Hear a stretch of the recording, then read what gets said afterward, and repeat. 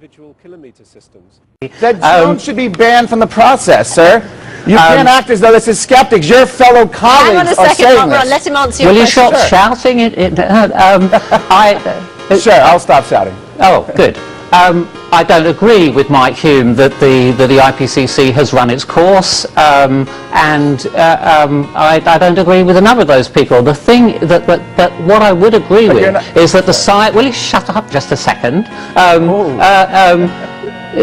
That the only thing that science has got going for it is that it must be absolutely and totally open, and we have to look at the important issues, not the issues of character assassination. Mark Morano, I want to ask you, what effect do you think this is going to have on the Copenhagen summit? I mean, presumably the timing of all of this wasn't coincidental. Well, first of all, Copenhagen was going to be a wake anyway. President Obama had said the U.S. wasn't going to do anything. European environmentalists were attacking Obama. But President Obama has just said he's attending not just the start of the summit, but the climax of the summit, which Gordon Brown believes is going to add weight to the negotiations.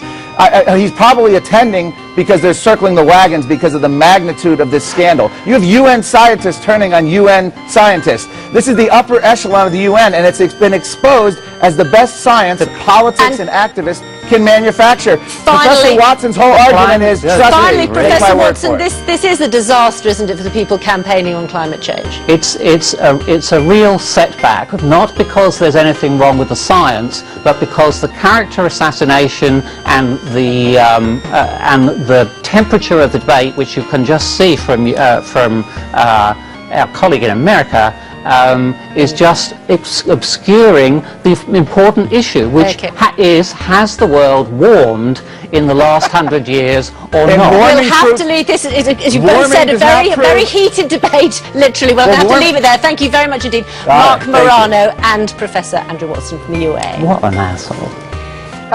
Finding cements 2009's place in history as the year when the United States government began seriously addressing the challenge of greenhouse gas pollution and seizing the opportunity of clean energy reform. This bureaucratic nightmare is based on flawed science.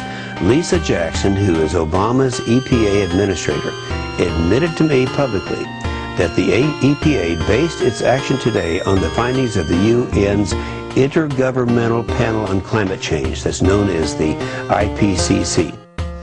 And of course, Senator Inhofe then points to the emails that have circulated, now called Climategate, surrounding the IPCC data. The issue today, the EPA has finalized its finding that greenhouse gases are a threat to public health and thereby can be regulated under the Clean Air Act, according to a Supreme Court ruling. So what about this and how it changes the whole dynamic? Let's bring in our panel. Steve Hayes, senior writer for the Weekly Standard. Juan Williams, news analyst for National Public Radio, and syndicated columnist Charles Kraft. Steve. Well, I think it's hard to overstate how important the EPA ruling is today. It really gives the EPA and the executive branch free rein to do just about anything, to regulate just about any aspect of U.S. commerce, given how much of manufacturing, automakers, and what have you, emit greenhouse gases. So even though the climate change legislation on Capitol Hill looks like it's stalled right now, it's a backdoor. Yeah, this is a backdoor. It's a way to get to the same result potentially by using the mechanisms of the executive branch. I think to have the timing that this happened on the eve of the Copenhagen conference, I think the White House would like everybody to believe that was sheer coincidence. I think the timing suggests otherwise. Why? Well, the fact is that the Supreme Court of the United States has ruled that the congressional action on the Clean Air Act includes things like greenhouse gases. So now you have Lisa Jackson, the EPA administrator, stepping up and saying, yes, we think, based on the scientific evidence, that CO2 gases, greenhouse gases, do fit this definition, and therefore it puts her in position, for example, in specific, to work with the Department of Transportation on limits, emissions coming from these new light trucks that are being put out in the country. And about 23%, I think it is, of all greenhouse gases produced in the U.S. come from vehicles, on road. And so it puts the EPA in position to deal with that. Now, I think if you wanted to be critical of this, you would say, look, you know what, it's a time of high unemployment, we're in a recession, you don't want some kind of administrator in Washington putting the kibosh on any kind of new innovation or just, plain old industry. But the fact is, the economy has to change. We have to go towards green jobs. We have to do something about global warming. And the politics of it is, as Steve just pointed out, it helps the Obama administration. It helps with what's going on in Copenhagen.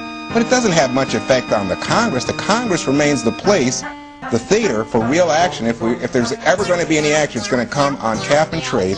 And that's where the deal is. Well, it was largely thought that this move would be essentially hold over the heads of Capitol Hill to say either move forward on cap and trade legislation or we're going to move forward on regulatory moves like this. But I think climate change is the most comprehensive of all the challenges that the world faces, because this cannot be solved without every country and every continent being prepared to work together. So in other instances, if you're dealing with an economic recession, you can get the great powers together, perhaps you might put it the G20. In this, you've got to get every country moving in the same direction. And that's really the challenge of the next few weeks. It will be the first time that the world has been able to come together. And which countries do you now think are the biggest obstacles to a deal?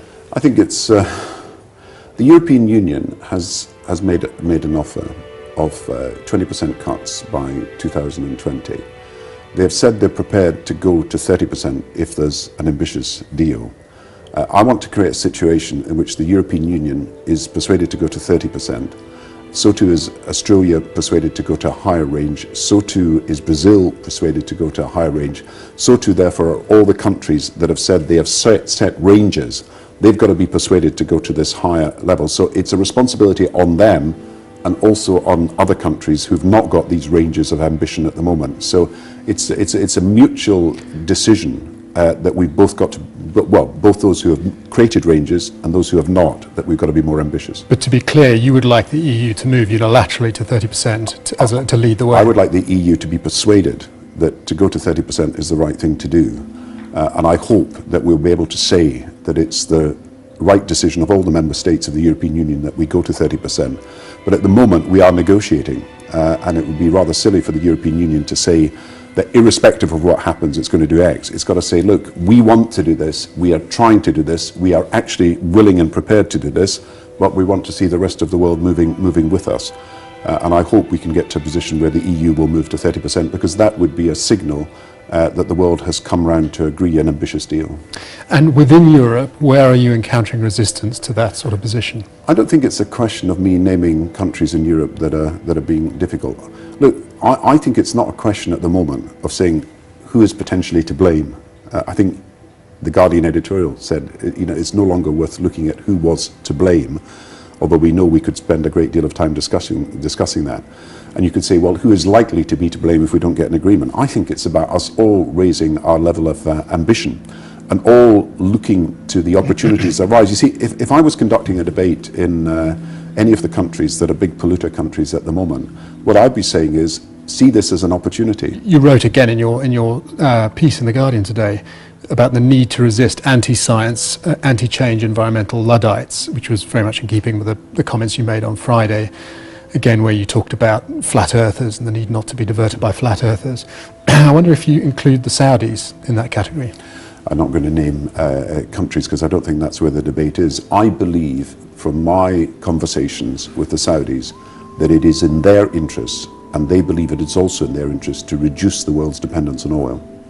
You see, at the moment, if you think of it from the Saudis' point of view, and from the oil producers' point of view, they've got a very substantial resource, but it would actually make sense of them, given the instability and volatility of the oil price, for them to buy into research and investment and then into the marketing of solar power, wind power, of all the renewable sources of energy, and then they would not be wholly dependent on one fuel. So I would argue with the Saudi Arabians, if this was where it came to, that it's actually in their interests to have a more diversified energy sector, and it's actually in the long-term interests of both the energy producers and the energy consumers that we have far more stability. So I see Saudi Arabia as potentially part of this debate.